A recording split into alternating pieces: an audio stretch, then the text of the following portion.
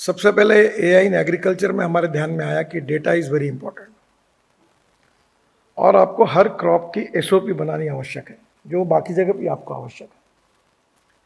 तो Nagpur is very much famous for Nagpur oranges. तो पहले हम लोग इसराइल में गए थे और इसराइल में ऑरेंजेस कैसे होते हैं, क्या होते हैं, इसका अध्ययन करके उसका वीडियो शूटिंग करा है। फिर अभी मैं 4 महीने पहले स्पेन में गया, हमारे 60 किसानों को, ऑरेंज ग्रोअर्स फार्मर्स को लेकर गया और वहाँ भी हमने पूरी तरह काम करने देखने के बाद उसका भी शूटिंग किया। तो हमारे ये ध्यान में आया कि टेक्नोलॉजी के हिसाब से हम कितने पीछे हैं। वहाँ 1 एकड़ में 340 संतरे के पेड़ लगते, हमारे यहाँ 100 लगते थे। वो प्यूमिंग करते थे, कटिंग करते थे, वो हमारे पास टेक्नोलॉजी नहीं थी और उनकी प्रोडक्टिविटी जो थी वो 1 एकड़ में 25 से 30 टन थी। इसराइल की भी थी और स्पेन में वेलेंशिया की भी थी और हमारी प्रोडक्टिविटी जो थी 3 से 5 टन की थी। तो उसके बाद में जब ये बात देखी तो हमने एआई की शुरुआत की। और बहुत सिंपल है कि हर खेत में एक वेदर स्टेशन है और ज़मीन में कितना मॉइस्चर, इसको देखने के लिए एक छोटा सा इक्विपमेंट लगा हुआ है। और मेरे खेती में माइक्रोसॉफ्ट और गूगल के सहयोग से अमेरिकन सैटेलाइट का उपयोग करके मुझे सब डाटा मिल गया।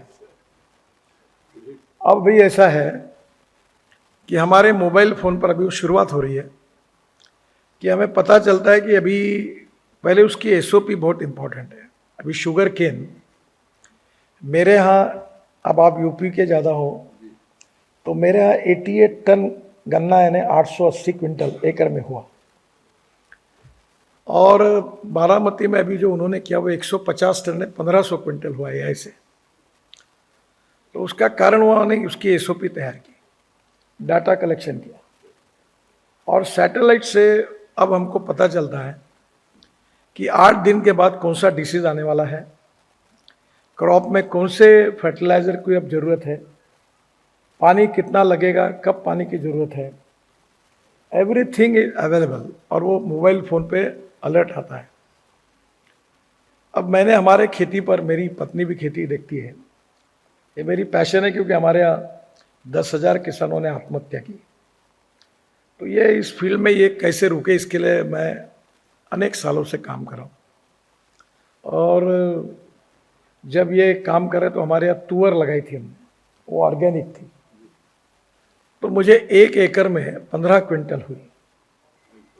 अब एआई में मुझे उन्होंने से बताया कि तुअर निकलने के बाद उसको मैं काट दूंगा और फिर उसकी एसओपी बनाई है और इस साल मैं उसको फिर पानी दूंगा और मैं ड्रोन से स्प्रेइंग करता हूँ, नैनो यूरिया और नैनो मिश्र खाद। उसमें फ़ायदा ऐसा है कि 1 एकड़ में जब मैं यूरिया करने के लिए देता हूँ तो 4 बोरे लगते हैं और जब मैं ड्रोन से स्प्रेइंग करता हूँ तो 2 बॉटल लगती है। और उसमें भी एआई मुझे बताएंगे कि कौन सा खाद चाहिए, पोटैश चाहिए ज़्यादा कि, क्योंकि अभी कभी कभी लोग फेंक देते हैं, ऐसा नहीं, फेंकने से 75% वेस्ट होता है, 25% प्लांट हो जाता है। पर ड्रोन में स्प्रेइंग करने से 75% प्लांट को जाता है, 25% वेस्ट होता है।